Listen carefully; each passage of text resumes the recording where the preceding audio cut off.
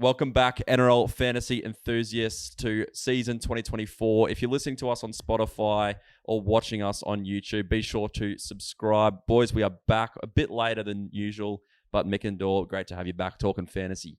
Oh, it's great to be here. Oh, it's bloody great to be back. The greatest game of all is back, baby. When I was watching that trial last night, I was frothing. I was foaming from the mouth.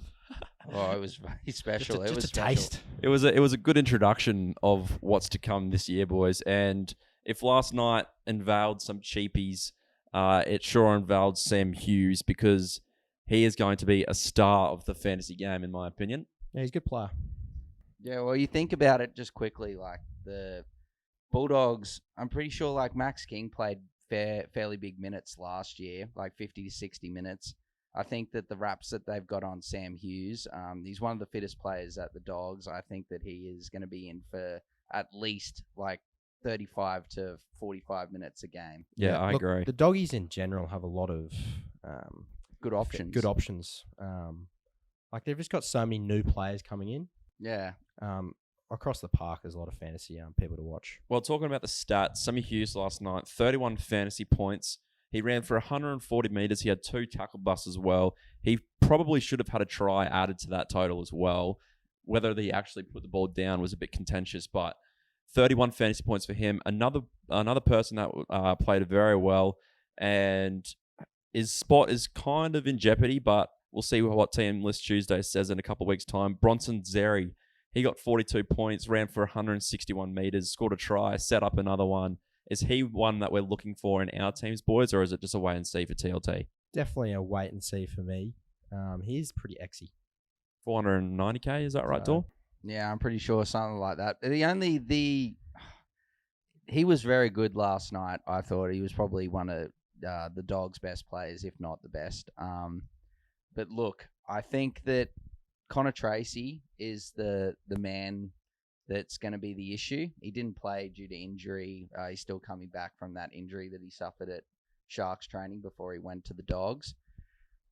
But look, I think it's going to be touch and go, because it looks like they're going to start with Taff at fullback and then Crichton at one centre. So then it's either they do Tracy or Xerri. So yeah. I guess we'll have to wait and see. Look, one thing I would not have picked when he was signed is Drew Hutchinson would be leading the Dogs around the park. Yeah, he actually played quite well, to be honest. Arrival. And I checked last night, he's only a half player. He's only picked in the halves. But if he actually had that centre dual position, I would have actually had a cheeky play him in the halves. He was everywhere, old Drew. So look, I'm looking at his NRL profile picture. Looks like he's had a allergy attack. It's not pretty. Big fan of Drew, though. Hope he's listening. Yeah, I honestly, look, as good as Drew was, I thought that Cords, man, if you're a podcast man of the last few years, you'll know Cords very high on Toby Sexton. he was good. And Kids Toby was, I thought he won the battle last night over Drew Yeah, he was very good as well. It's just, again, like it is just wait and see for TLT. But one man that will be named next in the coming weeks is Ryan Pappenhausen. He scored a try as well last night, 31 fantasy points.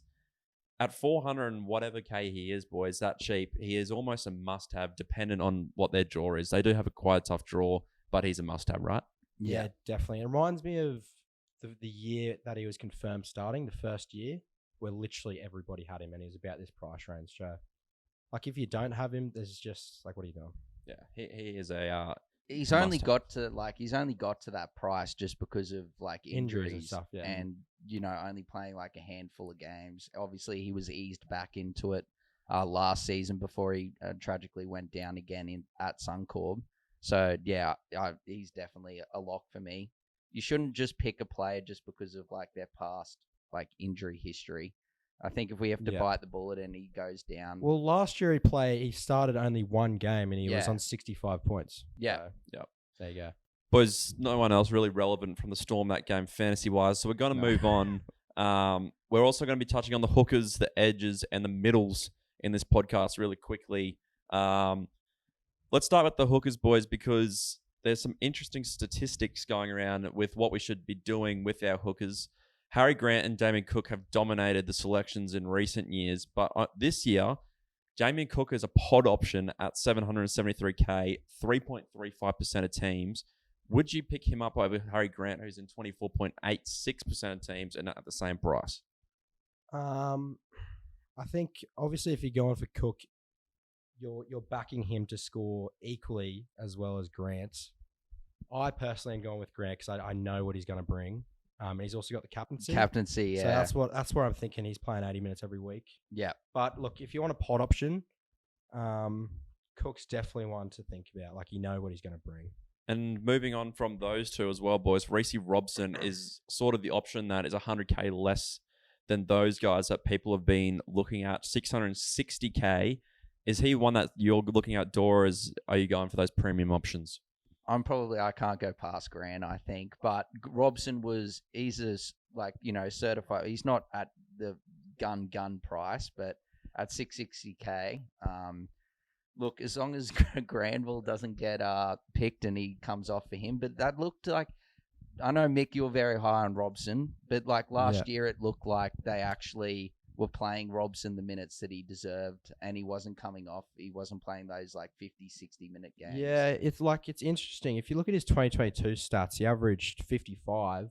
I remember having him that season. I was a bit disappointed early on that he wasn't getting those 80 minutes, but once he did, he scored brilliantly. And then last year, his minutes were actually pretty consistent, and he only averaged 48. So I would rather have Reece Robson than Cook, just because he's 100 odd K cheaper. Yeah. And then you can upgrade elsewhere. So also, I think that could be due to that decrease in numbers last year. Could be due to the Cowboys form last year. Definitely. It was either red hot or very bad. Yeah. Another one that was red hot and pretty bad as well, or teams wise, was the Roosters. And Brandon Smith was a hot topic last year as well with that DDP. He is a hooker in mid position again. He's in 16.56% of teams, 540k. He's quite an interesting option here. Are we going to pick him up in your hooker position? Look, I hope that from what I've heard, the cheese is looking very slim, looking real good. Yeah, we've heard that before about a few players. Hold on, Mick. Don't cut me off. Sorry. It's all right. I'm thinking that I just can't go there again. I went there last year. And unfortunately, I sold him after, a month of pretty average scores. And then he decided to flick the switch. And I can't go back. But, from what I've heard, it looks like he's had a better preseason. And he definitely does look. He still is definitely a good option. Yeah. And I wouldn't be telling people not to go against him. No, definitely not. A person that's 140k cheaper, Dor, is Brennan Hands, and he's in 12.98% of teams. He's an interesting option, and Mick, I'll get you to get the stats up with Hands there, because he and Joey Lussick are in a battle for that number 9 jersey, and whoever gets it is basically the buy there, isn't he? Yeah. Well, quickly before Mick gets onto the stats, Brendan Hands was obviously he was the hooker there after Hodgson went down with his injury. And he was basically there, like, playing big minutes at hooker until then they signed Lussick. And then Lussick came, and then Hands got, like, demoted to the bench. Yeah. But now, from what I've heard, that Hands is now, like, in front of Lussick in the pecking order. So I think that either or one of these options could be I would prefer it's Hands, I think. But what do the stats say, Mick? Look, last year when Hands played over 70 minutes, basically what he's going to do, we're hoping if he starts, he averaged 40. But you assume with players they're going to improve. So at 400k, if he bumps up his points per minute up to, a bit more, and he can get to 45 average, he's definitely worth it. Yeah. But again, if he doesn't start well, that's where they might start rethinking the 80 minutes for a hooker. So, like, the job security is a bit of a concern there. Last one we'll touch on with the hookers, boys. Jaden Brayley obviously went down with a hamstring injury that got announced today, which means Phoenix Croslin will most likely get the 9 jersey. He's 521k after a pretty good year last year. 1.35% of teams. Are we going to have a little crack at him, boys, or are we just going to avoid him? I'll just put it simply.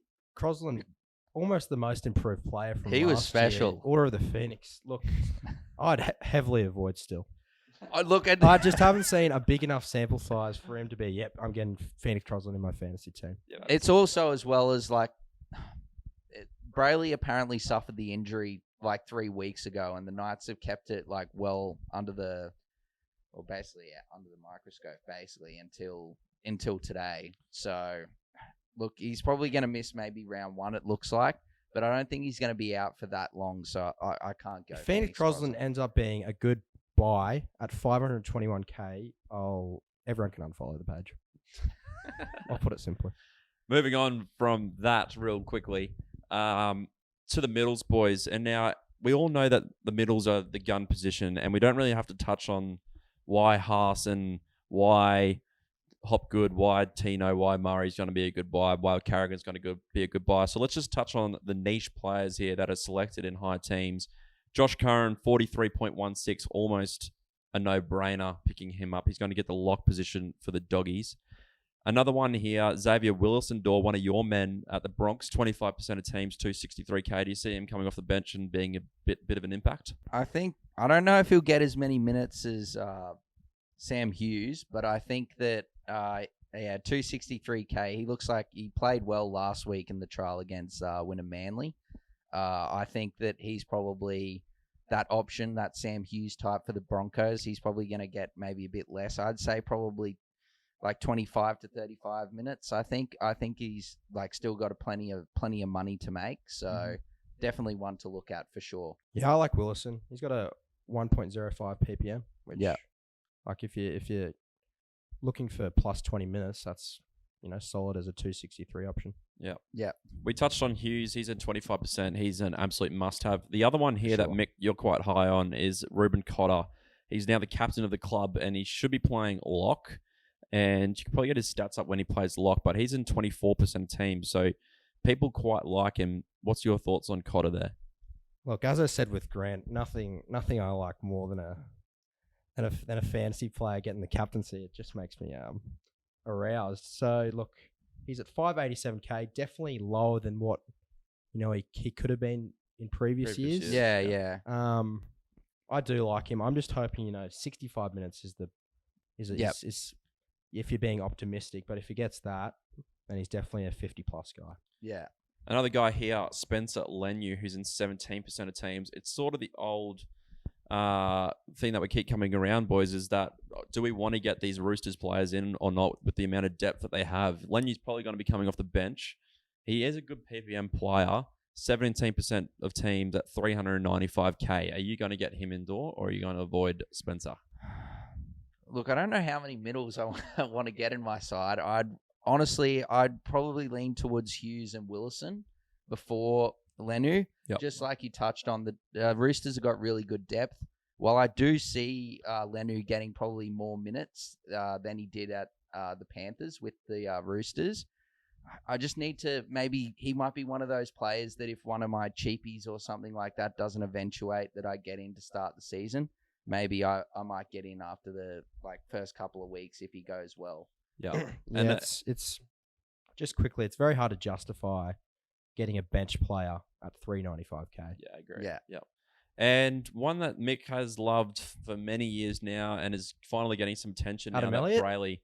Adam Elliott. Yes. He's in 2.5% of teams. A lot of people online have tipped Adam Elliott to have a breakout year.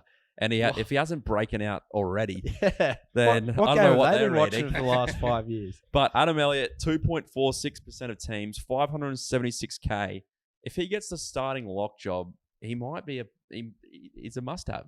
Quarter to say less. When I saw Adam Elliott 3 years ago, high shot someone, they dropped the ball, he picked it up, he did a grubber, scored himself, they brought it back for a penalty. I was like, this is my man.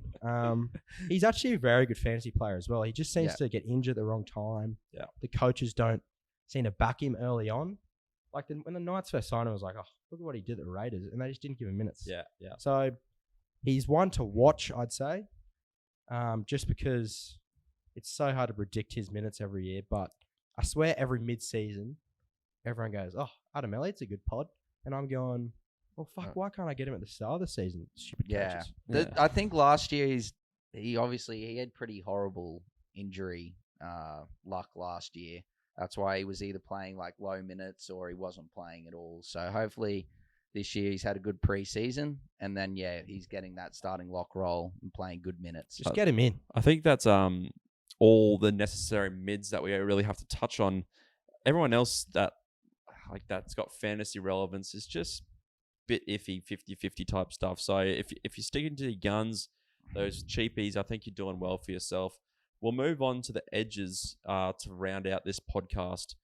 And the one that I first want to touch on, boys, is Wong.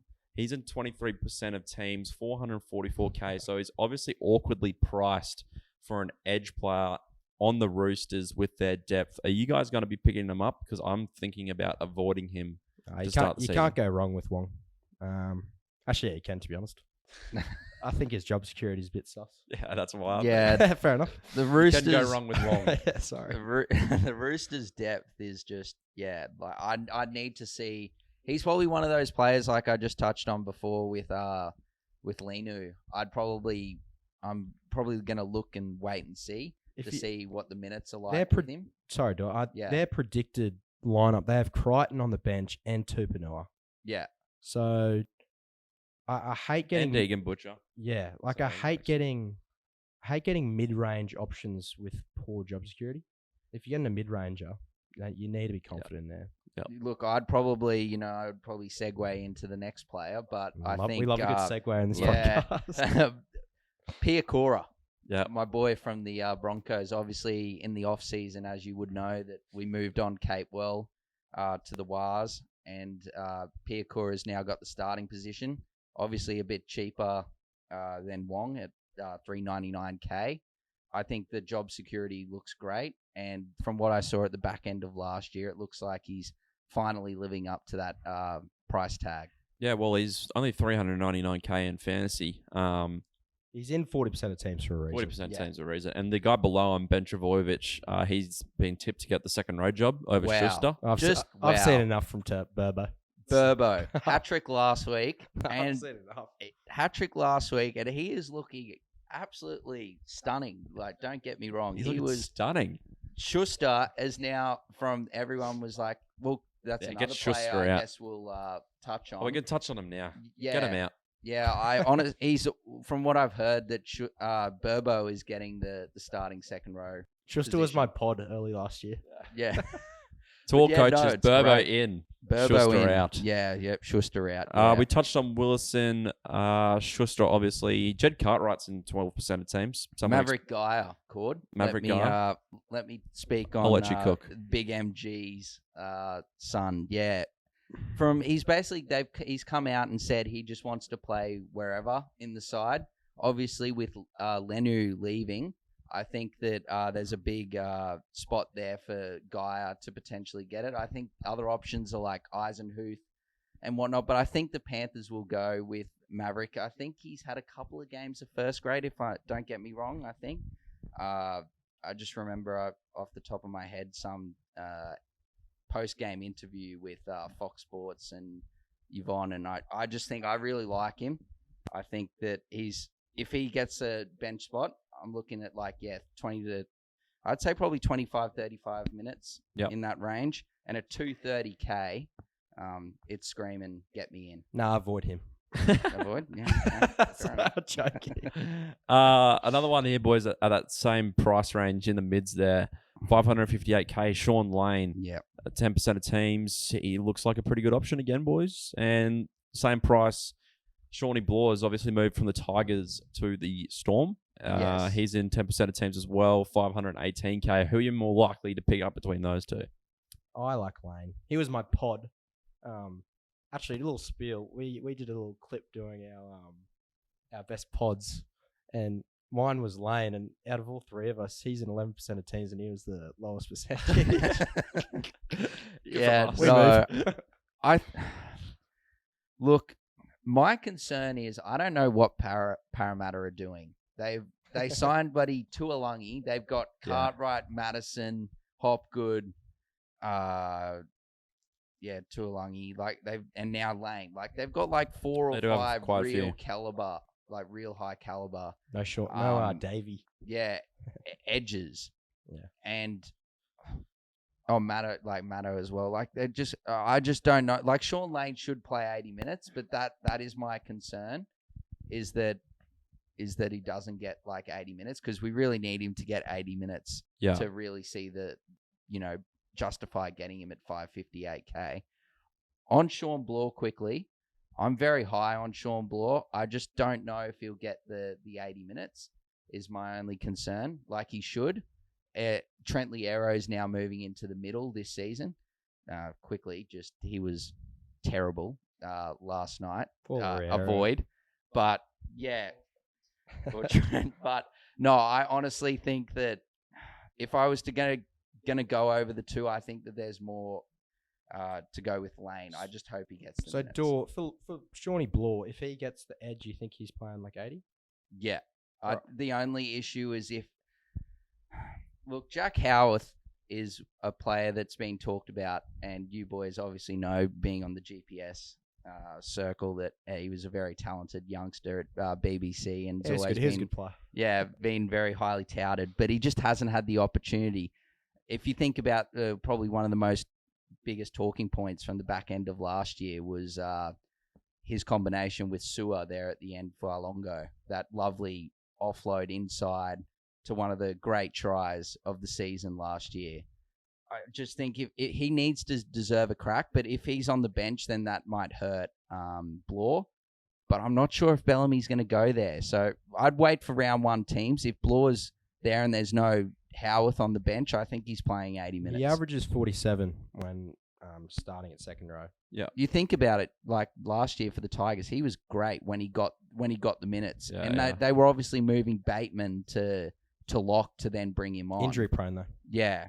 But I think he's a wait and see for sure. Quick option, Cord. Last one is probably, unless you got any more, kick out.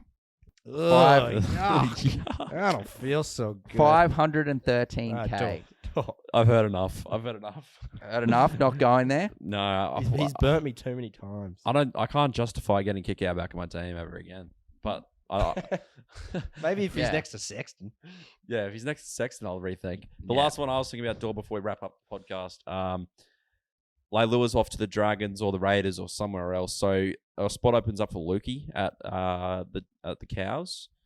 Do we see him getting an edge position and then eating? He did sort of let a few people down last year. No, I'm a big helium guy. Last year, you got to remember he's coming off an injury there.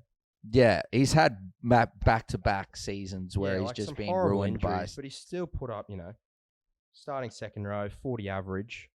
I think if he gets those minutes up, I'm thinking 55 to 60 minutes. I'm thinking without Leilua, I think that he'll start with Nanai, and then they've got Fine Fukiaki off the bench that he plays like that little last 15, 20 minutes sort of role.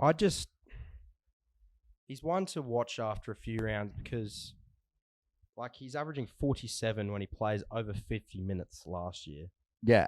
So it's just one where you can't determine what his minutes will be like. But if you see they're good, then get him in earlier rather than later. He did well for us last year, Lukey. Can miss a tackle though. Yeah, we got him in. I think the only last player before, unless as Cord said, I'm sorry, I've probably added another player, but Dylan Lucas, Newcastle. Yeah. I'm thinking with now. Look. Quickly, I don't know why Fitzy's gone to the Super League already. I thought he was going pretty good last year. Yeah, he was all right. I got too many bad memories of Fitzy next to Mitch Pearce getting the ball every single play while Ponga's just waiting for it. Yeah. But just quickly on Lucas, that there's obviously a position. I don't know exactly if Elliott, I hope, gets the lock. And Lucas was very good last season, playing big minutes on the edge. I'm pretty sure that English import, I've forgotten his name off the top of my head, but he is apparently in the battle with Lucas for the second row spot. So, look, if Lucas gets named, I'm getting him in because I've, known performer from last year in the second row. Dorlikey. I think we might big time leave this podcast here, boys, and pick up on the halves, wingers, and centers in the next pod. So transition, segue.